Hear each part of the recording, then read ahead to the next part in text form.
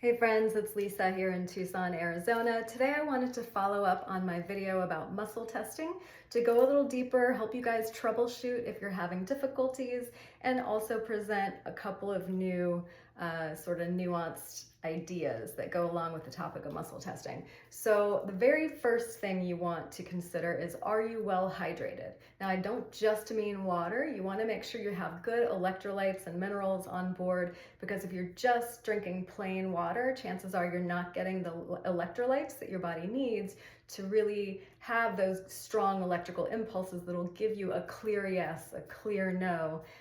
So start with hydration. And of course you want to avoid Gatorade that has artificial food colorings and corn syrup to sweeten it. I would also stay away from artificially sweetened ones like Propel that contain acesulfame-potassium or aspartame or sucralose. Those are all toxic, and you're not helping your nervous system by taking in neurotoxins.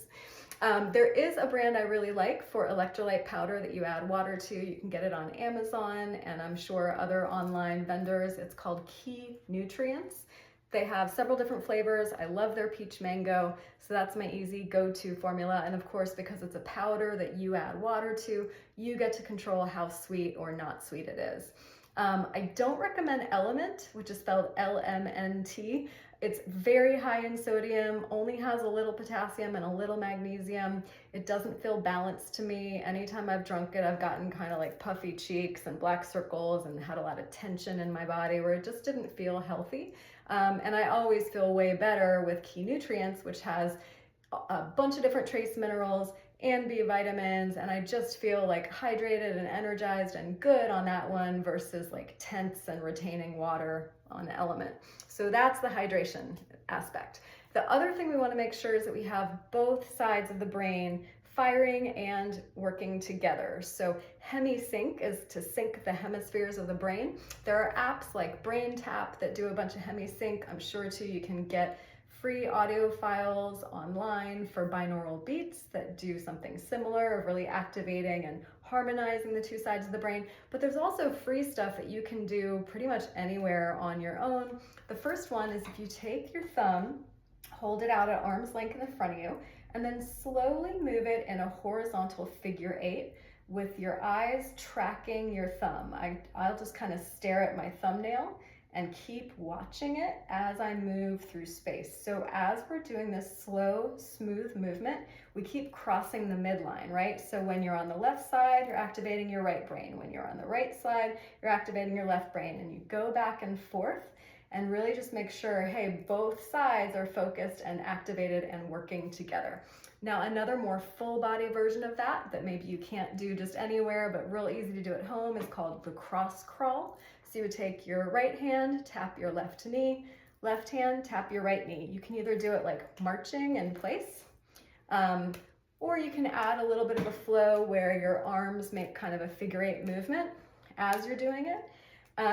And you don't necessarily have to stare at your arms in the movement the way you stared at your thumb in the first one, but doing this for 10 repetitions up to 30 seconds, maybe up to a minute if you're really feeling off. That's a nice way to just kind of wake up the whole brain, get it talking to the whole body, and just kind of recalibrate before you go into show me yes, show me no, and then asking the questions. Now, when it comes to asking questions, if your question is kind of muddy or ambiguous, or you don't phrase it right, you might not get a very clear answer. So if I feel like, I'm not sure I can trust that that's a yes, like maybe it'll start to pull forward, but then it'll pull me around, I'll just kind of pause and say, show me a clear, strong yes, right? So usually that would push me into that forward sway, or clear, strong no would push me backwards. Clear, strong yes would be like, I can't break this loop no matter how hard I try. A clear, strong no would be, I can't hold the loop no matter how hard I try, right? So asking for a clear, strong illustration of yes and no is a good way to begin. And finally, you can go a little bit beyond the yes and no by doing an either or question. So if I'm not sure which one of these electrolyte supplements should I take right now, and I'm holding both of them and I say, show me which one of these is better for me right now. Well, my body just pulled me like a magnet toward this one. And if I'm wondering, well, can I really trust that, or does my body just prefer to pull to the left? I can switch hands and check again, which one of these is better for me right now. And once again, I'm pulling toward this bottle and not just toward the left side. So this is a great thing to do if you're at the health food store in the supplement aisle and you're looking at 2 different brands of the same thing. Maybe they're similar prices, they both look good, you aren't sure which one of these is better for me, and then you ask and oh, your body shows you it likes this one. And again, you can change hands and see, does it still prefer the bottle? If it keeps just pulling to one side, no matter what's in that, I would say that's unreliable and that method is not working. So it is fine to just kind of test to make sure it's reliable so you're not just being led around blind. So hopefully that helps.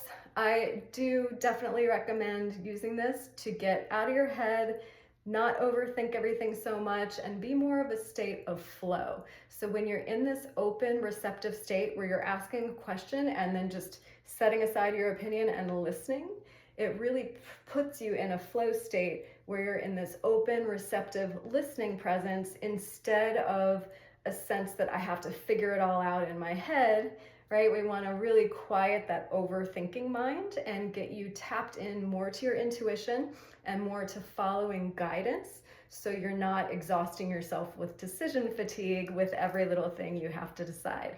And again, you can use this with the finger method. You can do it under the table at a restaurant. If you're not sure, well, gosh, there's 4 different items that look good. I can't decide. Maybe I'm driving myself crazy with the pros and cons. Well, this one would be good in this way, but then this one seems better in that way. You can just delete that whole conversation if you just ask yourself, should I get option number 1? No. Option number 2? No, right? Option number 3? Yes. Option number 4? No. Cool. Decision made, and I didn't have to overthink it. So I hope that helps, and let me know if you have more questions, but hopefully that will help you feel more comfortable and confident with muscle testing. And again, you really do want to calibrate each time, no matter how much you do this, or like at least each day, show me yes, show me no. Because especially if you're not feeling great, or if you feel just a little off, maybe you're not totally in harmony with the perfect pendulum of forward for yes and backward for no. Maybe you're just having a wonky day where your yes today is backwards and your yes or your no today is forwards. So always ask first before just assuming that forwards is always yes and backwards is always no, right? I hope that makes sense, and happy muscle testing. I hope it's a really great guide for you that helps you be more in a flow state and less in that overthinking decision fatigue sort of space.